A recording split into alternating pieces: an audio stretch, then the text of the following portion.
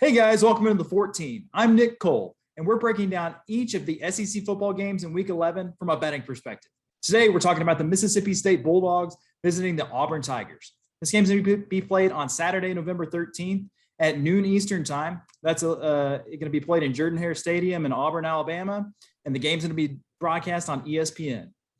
From a betting perspective, this game opened with Auburn as a 4-point favorite.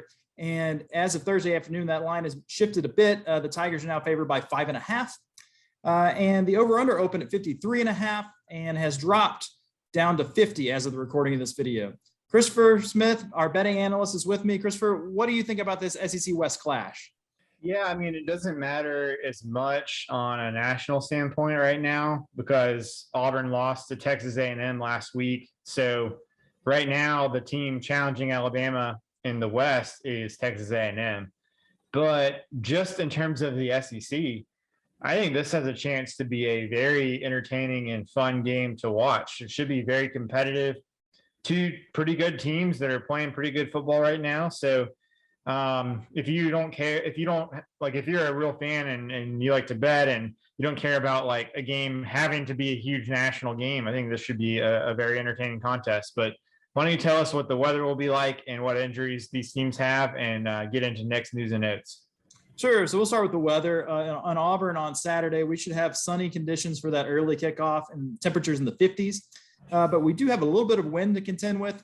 The forecast is calling for between 10 to 12 miles an hour wind there. And that's right at that threshold where we start getting concerned. Once you get to 10 or above, it's something that could impact the total on the game. So watch that before you place your bets on Saturday morning. On the injury side of things, let's start with Auburn. Wide receiver Elijah Canyon and Malcolm Johnson Jr. are both questionable for this game, as is defensive ends like Zykevious Walker. And for Mississippi State, things are actually looking pretty good. They're pretty healthy coming into this one.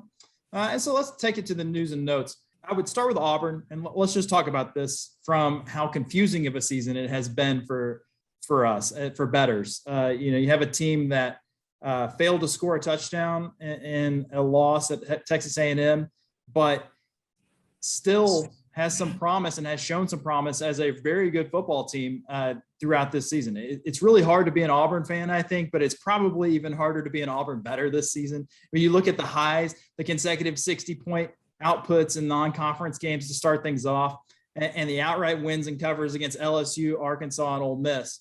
But just when you think you've got this team figured out, they put up a game like Georgia State where they have to have a miracle to come back and beat that Group of 5 school. And then that Texas A&M game I just mentioned where they scored 3 points and lost on the road and looked like they just couldn't figure anything out running the ball. And Bo Nix was confused again and not the good version of Bo Nix anymore. So when it comes to betting them, I don't know how we can feel good about which version of Auburn we're going to get anymore from week to week. Because meanwhile, Mississippi State is a team that the committee, we talked about this last week, had tabbed as the best 3-loss team in the country going into Arkansas. And what did they do? Well, they had a tough loss 31-28 in Fayetteville to an Arkansas team, to their credit, played pretty well. But you look at Mississippi State, and they've proven that they can beat ranked teams. They beat Texas A&M on the road, beat Kentucky at home.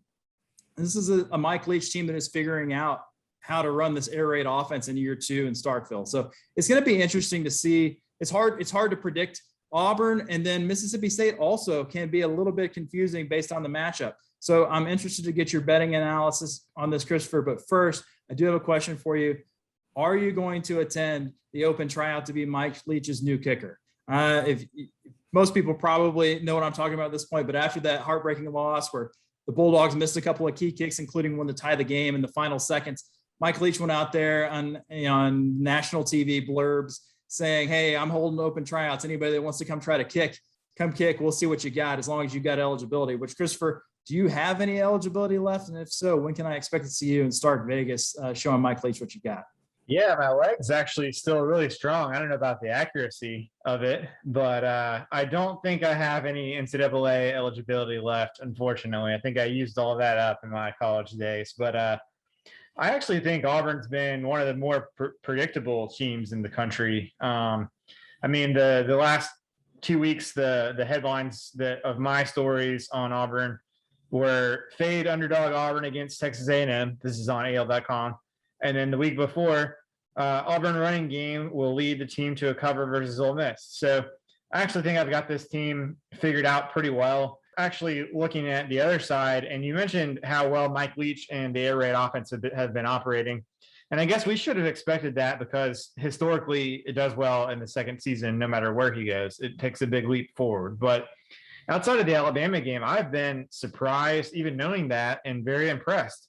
And actually, starting with Will Rogers, the quarterback, in his last 3 games, he's completing 78.5% of his passes. Even in an air raid offense, that's very impressive to me.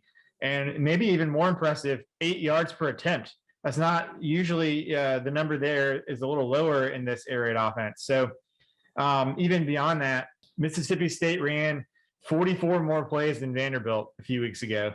They ran 26 more plays than Kentucky a few weeks ago. So they're hogging time of possession.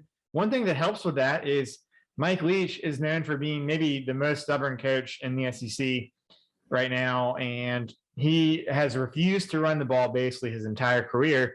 Suddenly, 2 games ago, something happened and he flipped a switch, and they're now running the ball as well. I think they had 35 carries against Kentucky, actually. It was just wild and out of nowhere. So they've gone from passing the ball 75% of their downs to passing the ball on 59% of their downs. And considering, they're on the road, it's going to be windy. That's just another thing to look at when you're looking at the total, is them suddenly running the football a lot. On the other side, I mean, you mentioned Bo Nix being up and down. I actually think Bo Nix has had a surprisingly good season. The issue has been more of Auburn's receivers, which are awful. And to a lesser degree, Auburn's offensive line, which has not been protecting well at all in passing situations. So the offense is very reliant on the backs and the tight ends catching short passes, Nix scrambling, running the ball. Mississippi State's run defense is 29th in EPA per snap.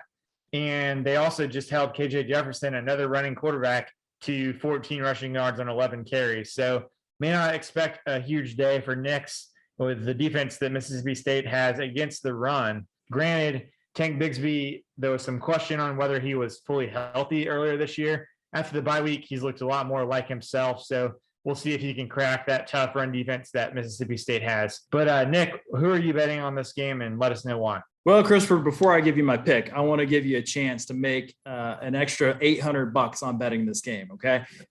With football season in full swing, Southeastern 14, Action 24/7 Sportsbook forged a partnership here, and we got a deal for you. For new customers for Action 24/7 Sportsbook, you get a limited time, one time only deposit match, 100% up to $800. So you deposit $800, they give you $800.